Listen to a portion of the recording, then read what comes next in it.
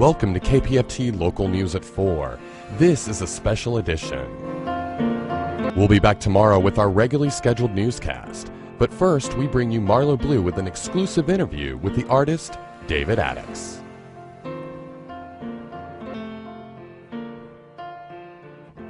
I'm sitting here talking to David Adickes. This is Marlo Blue. Thank you for joining me today. My pleasure. You encompass so many visual elements that are in the world around me on a regular basis that I actually have no idea of what to ask you. It's interesting to me. I mean, of course, I'm from Houston, and so to me, although you're very wide in your scope, and so many people know you in so many different ways, to me it's very personal. When I see your art, it's very personal for me. Oh, thank you. Now, of course, you started off as a visual artist that actually did paintings and sculptures. Is that right?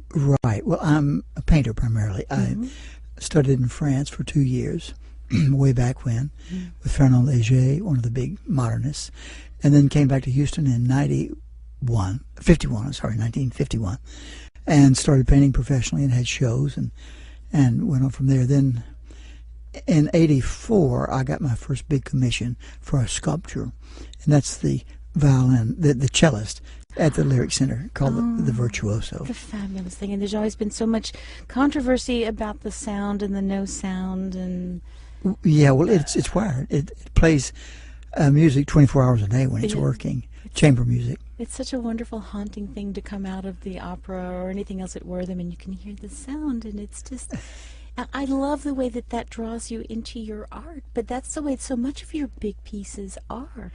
You see them from afar, and then you move into them, or you move into them with others. That was the first big public artwork that I did, and the response was so interesting, not all positive, but mostly, that it made me realize that a painting only gets to be seen by the people that own it and their family, or if it's in a museum. But otherwise, there's not an awful lot of recognition, whereas public sculpture is seen by hundreds of people. In the case of the Big Sam Houston in Huntsville, by 60,000 people a day, or cars drive by it. I don't know how many look.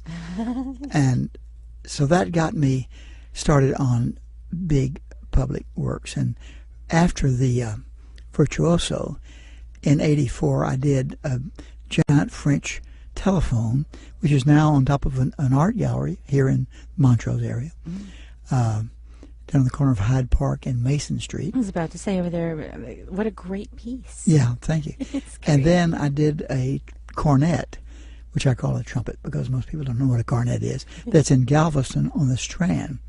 That it's a big piece there, and that's been sort of an icon for the Strand area in Galveston. Then that led into doing the President's Parks, and I've done all 43 presidents, because though Obama is the 44th president, there have only been 43 presidents because Grover Cleveland was 22nd and 24th, and only did him once, so there have been 43 men that have been presidents. I would say once is enough for Grover Cleveland. Well, he didn't think so. Apparently America didn't either. Yeah, well, he was the only one that had a two non-consecutive terms. Lots of presidents have had 2 terms, obviously. But so I did the first park of all those presidents in near Mount Rushmore in South Dakota, because I was very, very impressed by Rushmore. And mine is in the northern Black Hills at Deadwood, or outside of Deadwood. And then I built the second one at Williamsburg, Virginia, 2 or 3 miles from Colonial Williamsburg on an intersection there. And then I sold that one later on. And unfortunately, it's not doing well, and mine in South Dakota is not doing well. It's just for different reasons. The one in South Dakota, the window of when it can be open is so narrow. It's only 2 months a year. Sure. And the month of August, half of it is taken up by Sturgis, Harley Davidson. 500,000 bikes are in this little town of 4,000 people for 10 days. And so But you would think that that would be a destination point, that someplace where they could ride. They don't. We offer free beer and all kinds of stuff. They're not interested. They're interested in their bikes and the women and going fast and all that. A bunch of presidents, they could care less. And the presidents weren't interested in those same things? I only asked a couple of them, and they didn't seem to. How many presidents do you know? That's a good question. Do I know personally? Yeah, sure. Well, I've met 4 or so, but the one that's really close to me is George Sr. From number 40. Number 41. 41. Yeah, and he's very close to me. I've done bronzes of him, about 4 or 5, and I did their dog, Millie. Yeah, I did a bronze of Millie for Barbara. And I slept in the Lincoln bedroom. Oh, wow. When I was invited to the White House. When he posed for me in 91, I spent the night in that bed and hardly could sleep because I read the history of the room and the bed itself. It's like spooky, right? Well, it's just so amazing to be sleeping in this bed. Actually, it was not Lincoln's own bed. Oh. No, he slept around the corner in a smaller room, and that was the war room. That what's now called Lincoln's bedroom was the war room in the Civil War. And I sat and wrote a letter to my daughter and my family at the very desk where he wrote and signed the Emancipation Proclamation. Wow. And there's a copy of it there on the desk under glass. Well, of course, we're recording this on June the 20th, so we just had Juneteenth. Yesterday was Juneteenth. We just had Juneteenth. And this is going to air on July the 4th. So this is our... We decided talking to you would be an extra patriotic, and that really makes sense. I'm thrilled. So did you channel a little of the energy, or I mean, you're an artist. Where do you draw your ideas from? Where do you decide? Okay, I'm going to do the historical features. You mean on each president? No, I did, or anything I do. Yeah. I get these wild ideas usually when I'm either trying to go to sleep or just after I've awakened of something that I want to do, and then once I've had a cup of coffee, it dawns on me that this is a totally impractical idea, that it couldn't be done or it can be done, and then I'll. But mostly when I'm painting, I kind of go upstairs to my studio and continue where I left off last night, and so it's a continuous process. They're not great leaps where you stop one and go to a whole different thing. Are you still doing a lot of paintings? A lot, every day, all day. Yeah. Oh. Yeah. How many would you say that you do in a day? Well, I know they're over 3,000. I think probably about 5,000. Wow.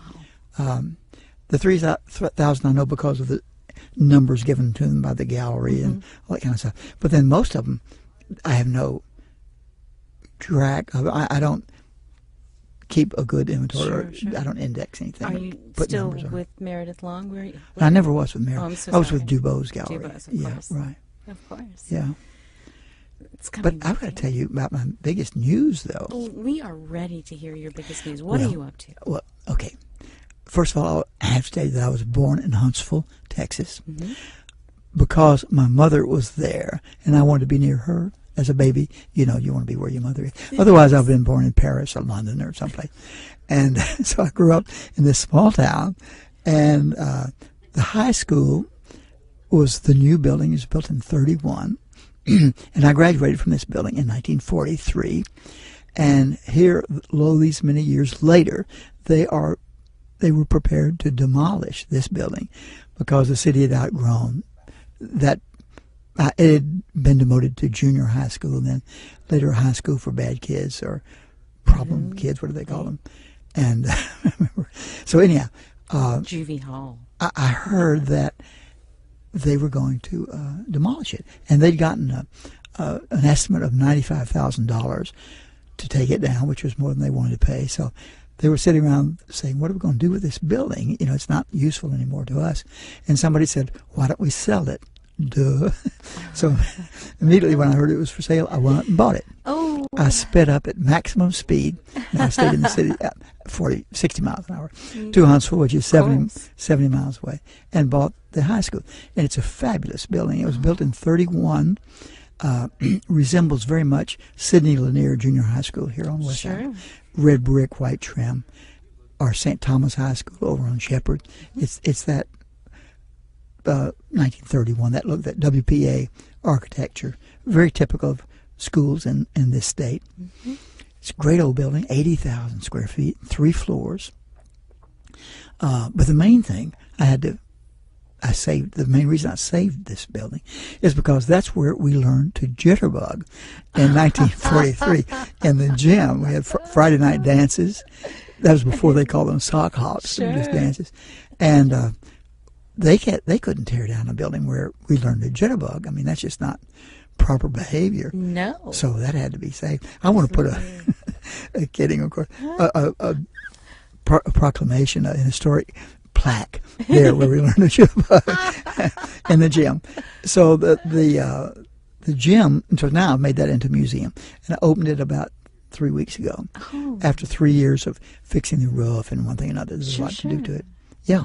Well, that's great. So how can people get directions to go down there? Well, it's in Huntsville, 3 blocks north of the town square, the courthouse square. But it's not open on a regular basis yet. I still don't have a permanent occupancy permit. I have a temporary. So probably in about the fall. And what is the collection going to be? My paintings. 315 of them so far. Just my paintings, yeah. From day one, I mean, from 1949 as a student in Paris to last week. I mean, 65 years of painting. That's amazing. Yeah. To be able to have that much of your history. Well, I bought a lot of them back.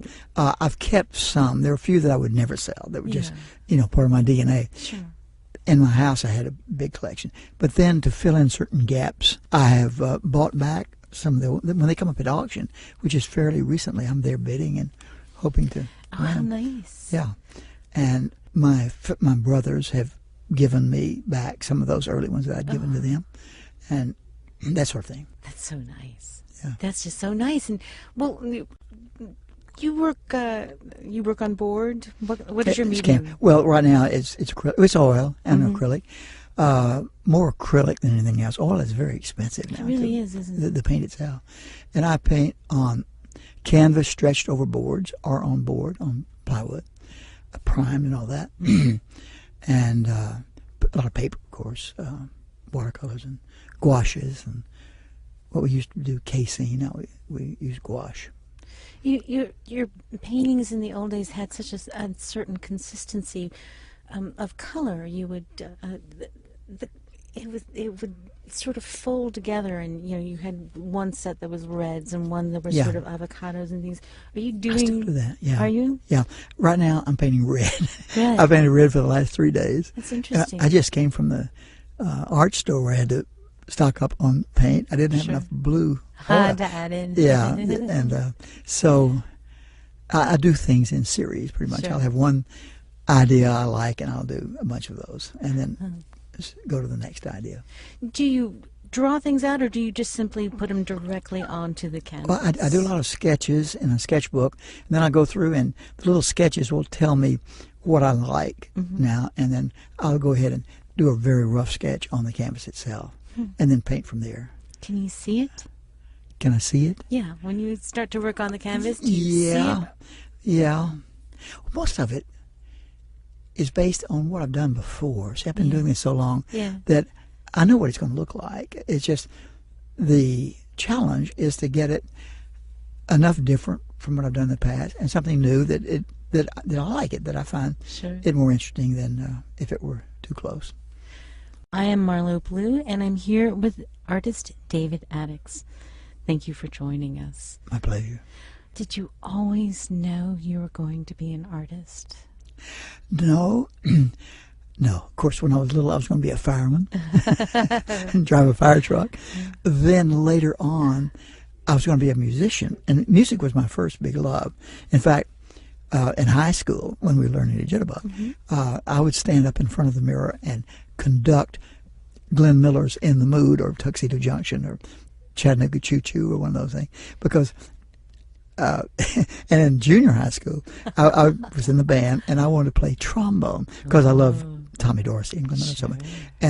Dr. Hackney, who was in charge of the whole music program, said, "Your arms are too short." Try the clarinet, which I did. So I've been playing the clarinet ever since. I was in the high school band and then in college at A&M in the marching band and all that stuff. So music has always been a very big part of me. Sure. And I guess what convinced me that painting was where I should be is going to France. I was in Air Transport Command at the end of the World War II. You remember that war? It was in all the papers. You know, I've heard rumor of it. Well, it was there. It was big. We were flying back and forth from Westover Field, Massachusetts to Paris. And I was in Paris for 2 or 3 days and 3 times a month, that sort of thing. So how are you going to keep them down on the farm? That's right, after they seen Gay Paris. Exactly. Yeah. So then when I finished the service, I had my GI Bill coming 2.5 years. So I spent the first 3 months in the Kansas City Art Institute. And that's where I fell in love with the art school ambiance. You know, it's crazy kids. You do what you want. Sure. And nobody's judging you on, because art is a difficult thing to measure. You know, one guy's masterpiece is the next guy's junk, and whereas in engineering, it's, you know, you're either right or you're in the not. class, there's a black and white. Right. Did you feed off of that atmosphere? Was it nurturing to you? Yeah, right. Then I went to France and studied with one of the big modernists, Ferdinand Leger, his name. Very well known. Of course. And but I didn't learn anything from him or from the school. Why? But what I did learn was from all the other students that were in that school, and then after school, going and sitting in the sidewalk cafe and talking and going to the galleries. There's a gallery on every corner and bookstore across the street. And one of the biggest influences on me was a fellow American who was from New York City, and he had arrived before I did. He was a second student, American student with Leger. I think I was the third. But by the end, there were 50 or more.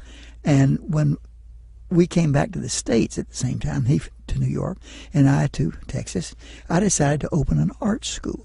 So I called him. Maybe I wrote him, you know, long distance was a lot of money there, and said, "Would you like to come to Texas and open an art school with me?" He was on the next train. And his name was Herb Mears. Oh, you know his work. Yes, of course. Yeah, sure. He's absolutely a great painter. And so he showed up, and I picked him up in a little Crosley pickup truck, which is about as big as a bathtub. And everything he owned was in Army, you know, the big chest, you know. And so he moved to Texas, and we opened the art school. Of course, it failed because we didn't charge in advance, that kind of stuff. But we met the greatest people who are still our friends.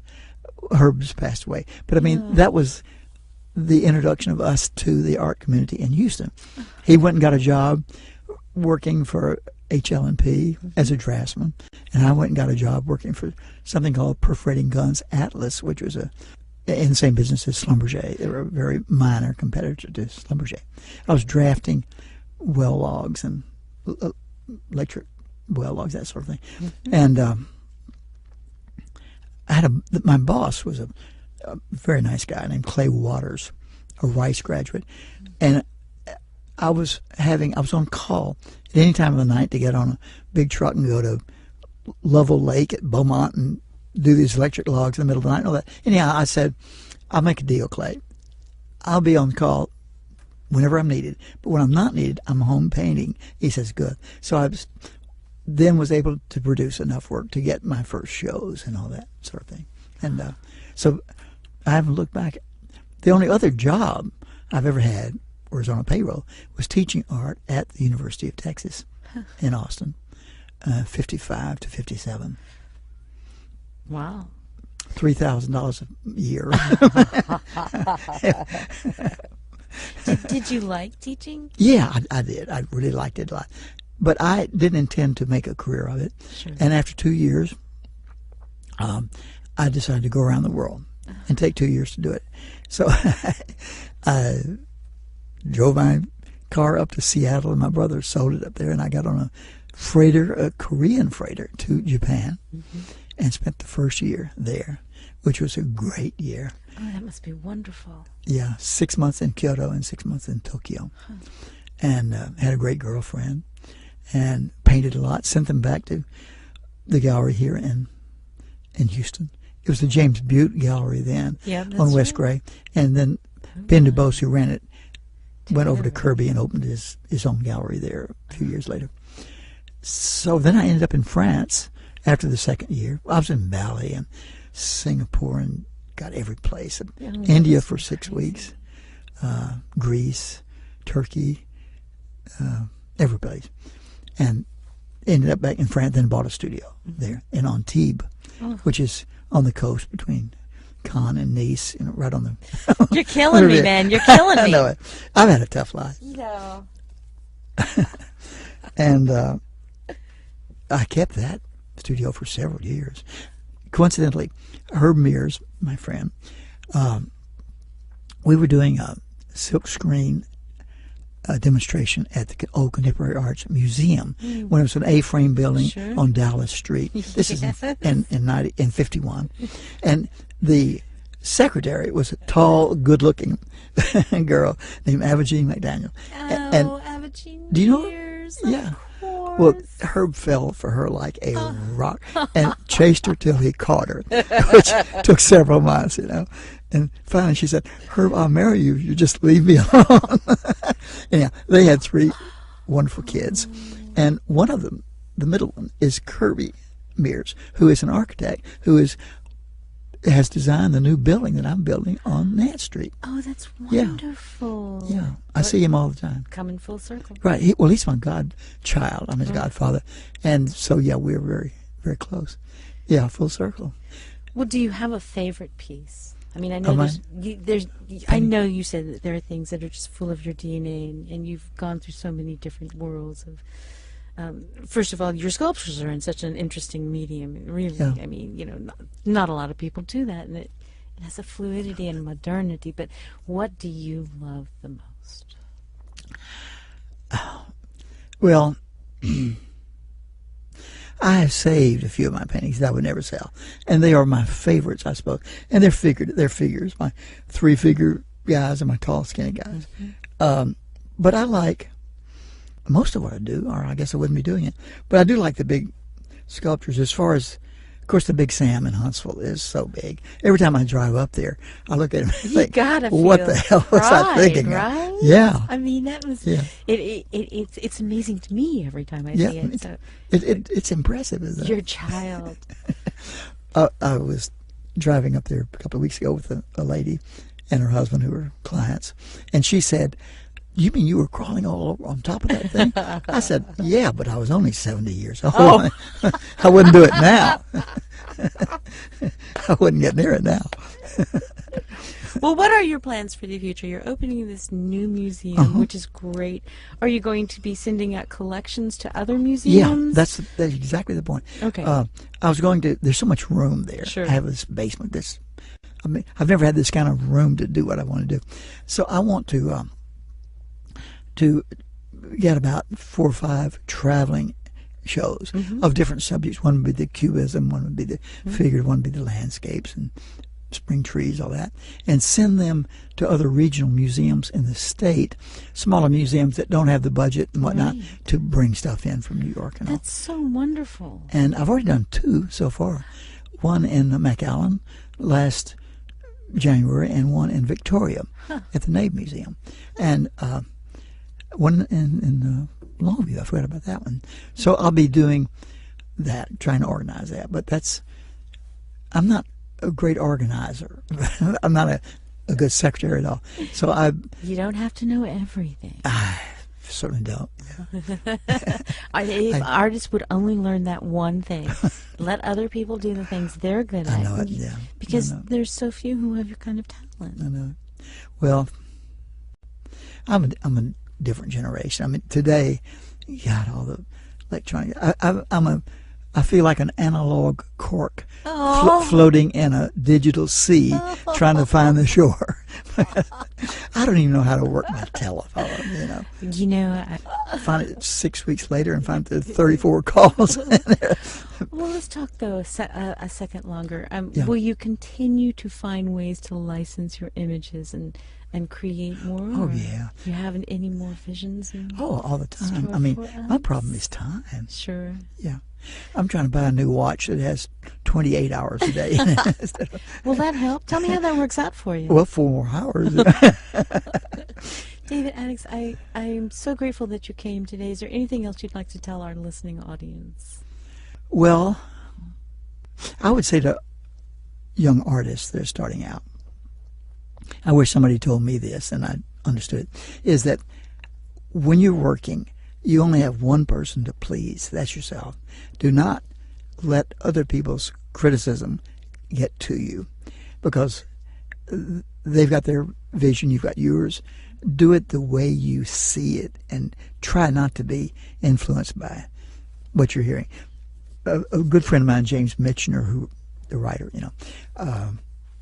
If you're going to name drop, well, he wrote that's a book. The way to go. He wrote a book about me. I was with him when he died. I mean, we were great friends. We spent a lot of time together.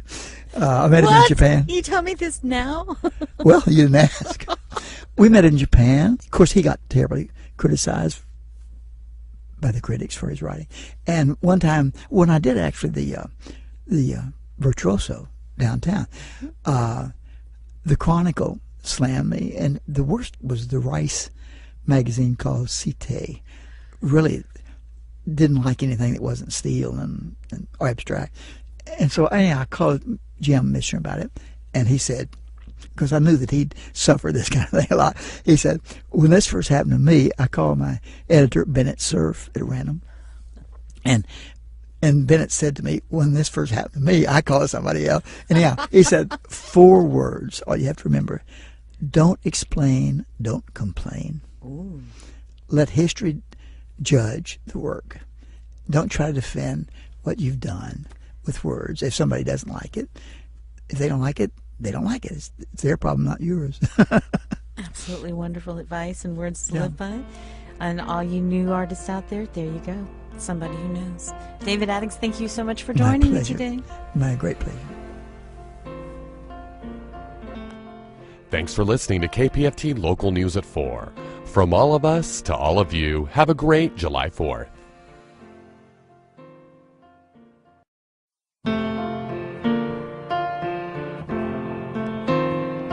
Welcome to KPFT Local News at 4. This is a special edition. We'll be back tomorrow with our regularly scheduled newscast. But first, we bring you Marlo Blue with an exclusive interview with the artist David Adickes.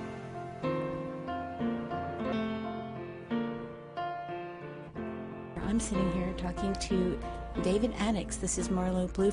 Thank you for joining me today. My pleasure. You encompass so many visual elements that are in the world around me on a regular basis that I actually have no idea of what to ask you. It's interesting to me. I mean, of course, I'm from Houston, and so to me, although you're very wide in your scope, and so many people know you in so many different ways, to me it's very personal. When I see your art, it's very personal for me. Oh, thank you. Now, of course, you started off as a visual artist that actually did paintings and sculptures. Is that right? Right. Well, I'm a painter primarily. I studied in France for 2 years, way back when, with Ferdinand Leger, one of the big modernists, and then came back to Houston in 1951, and started painting professionally and had shows and went on from there. Then in '80, Virtuoso. In '84, I did a giant French telephone, which is now on top of an art gallery here in Montrose area, down on the corner of Hyde Park and Mason Street. I was about to say over there, what a great piece. Yeah, thank you. It's great. And then I did a cornet, which I call a trumpet because most people don't know what a cornet is. That's in Galveston on the Strand. That it's a big, big piece there, and that's been sort of an icon for the Strand area in Galveston. Then that led into doing the president's big public artwork that I did, and the response was so interesting, not all positive but mostly, that it made me realize that a painting only gets to be seen by the people that own it and their family, or if it's in a museum. But otherwise, there's not an awful lot of recognition, whereas public sculpture is seen by hundreds of people. In the case of the Big Sam Houston in Huntsville, by 60,000 people a day, or cars drive by it. I don't know how many look. And so that got me started on big public works. And after the 4, I got my first big commission for a sculpture, and that's the violin, the cellist at the Lyric Center, called the Virtuoso. The fabulous thing. And there's always been so much controversy about the sound and the no sound. And yeah, well, it's wired. It plays music 24 hours a day when it's working. Chamber music. It's such a wonderful, haunting thing to come out of the opera or anything else at Wortham, and you can hear the sound, and it's just... I love the way that draws you into your art, but that's the way so much of your big pieces are. You see them from afar, and then you move into them, or you move into them with others. That was the first